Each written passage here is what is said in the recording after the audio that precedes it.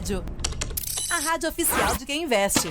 Agora tem Bruno Mazzoni, calibrando do ponto de vista gráfico os pontos mais relevantes para o dólar futuro e para o Ibovespa futuro. Alô, Brunão, bem-vindo. Bom dia, meu parceiro. Bom dia, Léo. Bom dia. Ótima terça-feira para vocês aí no estúdio. Ótima terça-feira também para quem nos acompanha no YouTube, também na TC Station. Vamos lá. Vamos começar com o índice hoje. Estou com um gráfico aqui compartilhado com vocês.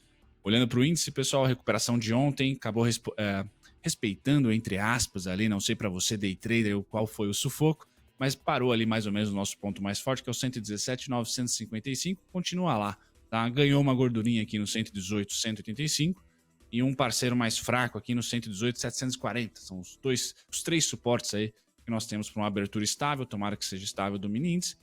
Resistência praticamente dormiu nela, 119,730 seria a única que não tocou ali, depois vamos direto para o 120,245. Tô com o Beida na narrativa de que, olha, o índice ainda vai ficar esperando, tá, algum deslize aí do comunicado do BC para 0,50 ou uma melhora significativa aí no ambiente para commodities em geral, né? Isso passa por Vale, isso passa também pela Petrobras, mas mais por Vale, já que o petróleo, se melhorar, nem tão bom assim é para a Petrobras. Então o índice continua consolidado, pessoal.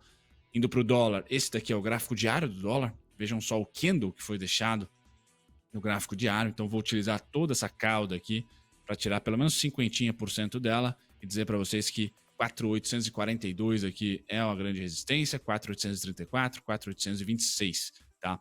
E suporte deixado em 4.809,5. Quando a gente vai para o gráfico intraday, mais rabiscado aqui, a gente chegou a atingir muito, muito próxima da região, primeira região amarela aqui do 4.863,5, pessoal, mas descemos em linha reta. Então o que eu vou deixar para vocês? 4.842, 4.834 como resistências ali interessantes. O 26 que vocês estão vendo aqui no gráfico é um coringaço, né? Então já faz muito tempo que está batendo ali, tá? E de suporte 4.809,5. Aí vamos para o 2, 4.794 e finaliza o Léo com 4.783,5. A música continua a mesma. Se dólar estressar um pouquinho, pessoal, a gente deve ter via DXY a volta ou no mesmo dia ou na mesma semana ali no nosso dolinha, ainda pressionado. Se por um acaso o BC começar a indicar mais sensibilidade à atividade, pessoal, e rumar para o 0,50, a gente fala de um dolinho um pouco mais forte. 8h58, 2 minutinhos para as 9 da manhã. Obrigado ao Bruno Mazzoni, segue com a gente. Vamos falar muito de Estados Unidos contigo, meu irmão. Sobretudo com a temporada de balanços, a divulgação dos grandes bancos dos Estados Unidos, como nós há pouco repercutimos. E, claro, num dia temperado por, no mínimo, duas evidências de peso. Vendas no varejo, produção industrial. Não num peso que supera evidências como CPI ou dados de inflação, mas numa agenda esvaziada, como a dessa terça-feira, evidências que vão ganhando um peso até maior do que em outros dias mais agitados. Bom, 2 minutinhos para as 9 da manhã e dá tempo da gente pegar uma última palavra do Guilherme Cunha antes da abertura do mercado de futuros. Aí a gente paga a abertura e traz um pouquinho mais de análise também com a Mari Costa. Ô Gui, meu parceiro, você estava entendendo que a dinâmica do dólar hoje seria baixista. Queria que você reforçasse a curva de juros e a Bolsa. E aí dentro da Bolsa, a pergunta que eu fiz ao Beida eu endereço a você também. Hoje a Vale divulga ao final do dia o seu relatório de produção, a chamada prévia operacional, em função dos números construídos no segundo trimestre. Qual que é a tua expectativa para esses números? E qual a tua expectativa para a dinâmica dos papéis Vale 3, sem os quais o Ibovespa não anda? Excelente, Léo. A dinâmica para a Vale 3, ela é simplesmente excelente, partindo do princípio que nós já revisitamos a tese e é no segundo semestre a qual a companhia tende a tracionar uma ponta compradora mais forte, mais inteligente, retomada de dividendos. Então eu acompanho o relator e acredito fortemente que a companhia Vale 3 já formou ali o seu fundo e gera uma expectativa interessante para as cenas dos próximos capítulos. Então o Vale 3 é um movimento para cima, inclusive hoje quem acredita nessa tese tende a correr atrás de adquirir mais ativos aí da Vale 3. Quando a gente fala a respeito só da Bolsa, rapidamente a gente tem que lembrar que falamos do DXY para a movimentação do câmbio, a gente tem que falar do DI para a movimentação também da Bolsa de Valores. Então ontem nós tivemos um arrefecimento também da curva de juros e se hoje assim permanecer, a Bolsa como um todo tende a também carregar uma movimentação mais compradora, uma movimentação mais positiva. Então, kit dos comprados, apesar de que a dinâmica ultimamente, quando a bolsa dá essa recuperada, é um retorno. DI estável barra para cima, Bolsa também para cima, puxada por Vale e novamente os bancões, e o dólar para baixo, caso venha conseguir se segurar abaixo do 4,834. 9 em ponto. Este é Guilherme Cunha, falando de Vale, com o suporte gráfico do nosso Bruno Mazzoni, na manchetinha, curva de juros e Bolsa, Ibovespa. Ibovespa para cima, Léo, e só de olho na parte se o banco fraquejar. Então, na dinâmica que o subiu num dia, derruba no outro, se nós tivermos a abertura do à vista, os bancos fraquejando, que é um cenário base, a gente pode ter uma devolutiva desse Ibovespa futura. Caso não ocorra e venha os bancos tracionar uma movimentação compradora de novo, iremos visitar proximidades dos 120 mil pontos na data de hoje. 9 horas, 1 minuto, e a abertura do mercado de futuros já é realidade. Bora lá então, para contemplar uma curva de juros que, a despeito de ter caído ontem, cerca de 11 pontos base em média em toda a extensão, continua caindo hoje, pelo menos a julgar pelo esse primeiro minuto. Curva de juros para baixo, numa média bem tímida, 1 ponto base a 1 ponto base e meio a menos nos pedidos de prêmio. Vamos ao dólar. O dólar está renovando agora a máxima intradiária, abriu caindo quase 0,10, cai agora só 0,02%, parece caminhar para o 0 a 0. E o Ibovespa futuro está recuando 0,16% na sua mínima intradiária, 119.385 pontos, é assim que nós estamos. Vão ainda adquirir direção mais clara esses personagens. O dólar agora renova a mínima intradiária, muita movimentação, R$ 4,815. Curva de juros vai encorpando o viés baixista. O Gui, há alguma possibilidade de nós termos hoje uma dinâmica até as 9h30? E aí, com os dados de varejo dos Estados Unidos, uma outra dinâmica? Ou essa evidência americana não teria essa força? Teria sim, viu, El? Tanto que eu tô de fora, também aguardando os dados, é o movimento do calendário econômico do dia, então, a despeito de como vir apresentado o dado, principalmente se houver alguma divergência, não só irá gerar uma volatilidade, como pode ditar o humor do nosso dia. Então, vamos ter algumas adequações até as 9 horas com 30 minutos, visivelmente iremos ver uma redução do apetite de movimentação, e pós as 9h30, se o dado vier consenso, né, não vier nada distorcido, vida que segue, mas é um dado sim impactante que pode mudar um pouco o humor do dia de hoje. 9h03. Ô Gui, e esses resultados dos bancos americanos em relação ao nosso setor bancário? Você estima algum impacto para negociações de Itaú, Bradesco, Banco do Brasil, Santander ou zero? Sinceramente não, viu, Léo? Nós chegamos a comentar aqui com os nossos ouvintes, né, como as expectativas já eram muito baixas lá nos Estados Unidos, quando a gente flagra um 10, 15, até 20% a mais de apresentação nos resultados dos bancões lá nos Estados Unidos, é o cenário esperado, né? Então não teve nenhuma divergência. O problema seria se tivesse entregue abaixo do consenso, aí sim nós poderíamos ter algum insight, inclusive negativo, mas a apresentação dos balanços, principalmente Bank of America, que era o principal que nós estávamos de olho, né, para ver se tinha alguma pegadinha, não mudou em nada, e isso não vai refletir nas expectativas de negociação dos nossos bancões. Continua sendo Itaú e Banco do Brasil o principal destaque, né, para esse segundo trimestre. Vida que segue, não mudou em nada. A Mariana Costa segue com a gente aqui. Mário, uma abertura relativamente tímida em direção. Você não tem uma magnitude clara, entende o Guilherme Cunha? Que o mercado pode estar esperando de lado até a movimentação, a dinâmica dos dados de varejo, que a gente vai ter às 9h30, e a partir dessa faixa, uma tomada de direção mais clara. A curva está basicamente indo para o 0 a 0, o dólar agora praticamente no 0 a 0 também. É o Indifut que se arrisca um pouquinho mais numa direção baixista, 0,16%. Você fica à vontade para comentar a abertura do mercado de futuros, caso queira, e eu gostaria de um destaque para algumas evidências que têm mostrado a atividade brasileira mais fraca, seja por uma despressurização da inflação, seja por uma retração de alguns campos. Por exemplo, a Volkswagen anunciou um layoff, uma suspensão temporária dos contratos de trabalho para trabalhadores da fábrica de Taubaté, interior de São Paulo. O Sindicato dos Metalúrgicos divulgou um número. A medida vai afetar cerca de 800 trabalhadores. A montadora não informou os motivos, mas devem estar bastante associados a esse custo de capital mais elevado. Em que medida isso não pode sensibilizar o Banco Central, apesar da atuação técnica dos núcleos da inflação, a estudar uma pegada mais brusca na pegada de baixa dos juros, num eventual corte de 50 pontos base? O Banco Central, Léo, ele... que foi até interessante, você me perguntou sobre a possibilidade dos 25, né? Antes, e o Beida fez o comentário dele após isso. Essa é a diferença entre o economista e o trader. Pro Beida, né, você tem essa diferença muito grande entre esse 25 e esse 50. Nós temos aí uma pressão sobre grãos, mas você tem uma atividade mais fraca. O Banco Central, quando olha tudo isso, ele vai assumir uma postura cautelosa, ele vai ter a parcimônia, ele vai ter a paciência. Então é isso que a gente espera do banqueiro central. Então, por isso que eu entendo que o 25 tem uma chance muito maior de acontecer do que o 50. Ele está observando a atividade enfraquecida. Essa informação que vem da indústria automobilística não é a primeira, né? Então, a gente não é só a alta de juros que está impactando a produção, mas principalmente a venda. Então, ele enxerga isso, mas ele também enxerga esse outro lado de pressão sobre preços. Então, a postura que ele vai tomar é uma postura cautelosa. Isso é inerente à autoridade monetária, a ele, né? Daí você tem o Beida, que é o trader, e ele fica ali pondo a pressão, né? Olha, eu acho que você tem que ter mais corte, a economia tem que rodar mais rápido, você tem que dar estímulos.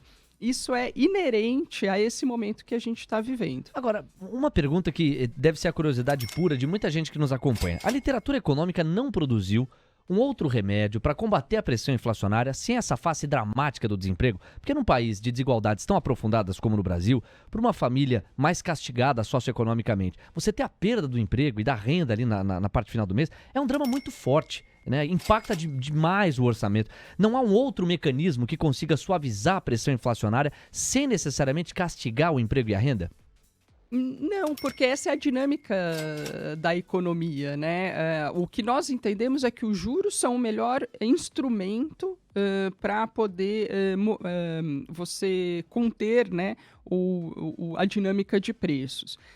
O emprego, né, o desemprego, ele faz parte desta dinâmica, é uma consequência, ou a consequência dessa dinâmica é a pressão sobre preços. Então, não, Léo, é isso mesmo. A gente tem que fazer com que a atividade seja arrefecida, ela tem que diminuir para que você diminua a pressão sobre preços. E ao diminuir a atividade econômica, você aumenta a taxa de desemprego. Não tem outro caminho, é assim que funciona mesmo. São os mecanismos. São 9h08.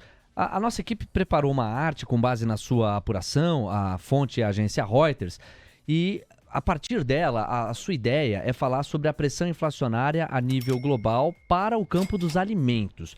Realmente, é um gráfico bastante eloquente, assim que possível a gente vai encher a tela, a gente vê que houve um pico ali na explosão do confronto entre Rússia e Ucrânia, a invasão russa, encabeçada por Vladimir Putin ao território ucraniano, veja o ápice desta pressão inflacionária. E aí o título é muito eloquente, não é? A gente vê, Global Food Prices, quer dizer, os preços de comida, de alimento a nível global são os menores em 29 meses. E aí a trajetória baixista desde o pico até que se chega a 117,6 na escala. Vou te deixar à vontade para comentar em cima dessa imagem, só registrar que a chinela está cantando, o dólar bateu mínimo intradiária, recuando 0,22%, deu uma encorpada no seu direcionamento baixista, R$ 4,809. A curva de juros está desidratando 2 pontos base e meio e o Ibovespa futuro zerou as perdas. Agora está no 0 a 0, 119.500 com 70 pontos. Pois não, Mari? Esse gráfico é o que nos deixa um pouco mais tranquilos, né? Mas quando a gente vê essa alta de preços de trigo e de milho, que isso seja um choque mais temporário, que o efeito... Se nós estivéssemos lá no momento de pico e tivéssemos esse evento hoje, isso preocuparia muito mais. Então, isso aqui tem uma gordurinha, tem um espaço aí para esses preços andarem sem pressionarem tanto a inflação. Acho que é isso que esse gráfico nos mostra, tá? Perfeito. 9h10. A gente lembra que a fonte é Reuters e com base neste gráfico a Mari traz esse racional. Ô Mari, eu vou deixar apregoada aqui uma pergunta mais estrutural, não é sempre que a gente tem condição, mas hoje há essa condição. Houve um programa em que você mencionou, enquanto o dólar renova a mínima, R$ 4,808, houve um programa em que você mencionou que o PIB potencial brasileiro é um PIB baixo. Nós não temos ainda alicerçadas as condições de um crescimento maior, de mais fôlego. É como se o Brasil estivesse condenado, se eu te interpretei bem, a voos de galinha do ponto de vista estrutural. Por que essa dinâmica se coloca e o que seria necessário para que a gente aumentasse o PIB potencial, ou seja, o espaço para um crescimento maior sem a geração de pressão inflacionária que pudesse contaminar ou desenfrear esse crescimento, ou arrefecê-lo. Então daqui a pouquinho você responde. Vou deixar no ar essa pergunta, são 9h11, vamos rodar a informação aqui. Nós temos a seguinte ordem agora. O Diego Kerber nos complementa com o caldo internacional. O dólar foi para uma dinâmica baixista um pouco mais substancial. Curva de juros tem 3 pontos base e meio a menos nos prêmios e o Ibovespa Futuro está caindo 0,08%, mas chegou a zerar as perdas. Então o Diego traz o caldo internacional, aí a gente faz o Guilherme Cunha trazer mais um pitaco, agora com 10 minutos consolidados de mercado de futuros, e na sequência o Bruno Mazzoni com os gráficos da terra do Tio Sam, faltando 19 minutos para os dados de varejo. A cobertura especial está aqui no seu Expresso da Manhã. E aquele super obrigado a você que escolhe estar com a gente, que prestigia a cobertura, que nos permite passar dos 400 likes Brasil! E que vai nos ajudar a chegar nos 500. É o caso do Coins News. Valeu, Coins! O Paulo Maciel tá por aqui. O Renato Luquezzi, o glorioso Triunce Jogador, o perfil Fui. Quem mais, ó? O Elber Miranda, o Emerson Kirsch. Valeu, galera. O Canseiro Ok. O glorioso Juliano Almeida. O Ronaldo Correia. Léo, hoje o Gui me confundiu. Camisa azul e gravata vermelha é o quê? WN pra cima e dólar pra baixo? Pois é, Ronaldão. Assim que o Gui entrou aqui no ar, eu comentei exatamente isso. E ele julga que o tempero hoje é misto. O Tremendão, o Paulo Maciel, falei dele. O glorioso Ari de Oliveira, o Three Rabbits Trader. O Walter Hauser e o Victor Queiroz. Alô, Diego Kerber, vamos com informação. Atenção, caldo internacional, a informação não para. É você, Diego. Vamos pro giro completo, Léo, porque o Dow Jones Futuro tá agora caindo 0,08%, com um pouco mais de clareza, esse viés baixista, 34.735 pontos. O S&P Futuro recua 0,09% a 4.549 pontos. E o Nasdaq Futuro tem queda de 0,14% a 15.818 pontos. DXY, como você já adiantou, incorporou novamente o viés baixista, agora recua 0,14% e está em 99,74 pontos. O índice VIX deu uma leve encorpada para 0,59% de alta, 13,58 pontos. Curva de juros nos Estados Unidos segue acentuando a desidratação. Agora os yields de 10 anos estão caindo 6 pontos base para 3,75% ao ano, enquanto os yields de 2 anos estão em 5 pontos base e meio de desidratação para 4,68% ao ano. Falando das commodities, petróleo Brent arrefeceu um pouco o viés altista, está subindo 0,24% a 78 dólares e 69 centavos, enquanto o WTI avança 0,23% a 74 dólares e 32 centavos. O minério de ferro lá em Singapura incorporou alta, 1,02% de avanço, 113 dólares e 70 centavos a onça Troy. Enquanto isso, criptomoedas vão se movimentando para baixo. No caso do Bitcoin, queda de 0,81% nas últimas 24 horas, perdeu os 30 mil dólares, está em 29.860 dólares. No caso do Ethereum, queda de 0,71%, perdeu os 1.900 dólares, agora está em 1.892 dólares, Léo. Perfeito, 9h13, o Diego movimentando o nosso giro aqui internacional com essas evidências que vão aumentando, Gui, um pouco da trajetória baixista da moeda americana. Só que nos últimos minutos, enquanto o Diego trazia essa informação, o dólar foi perdendo o terreno de baixo. O que era um recuo de 0,20, agora é um 0,0. E o Indifut incorporando o viés baixista, tanto que renova a mínima intradiária, agora cai 0,19%, 119.355 pontos. Fala aí, Gui, 14 minutos passados das 9, é o mercado de futuros incorporando.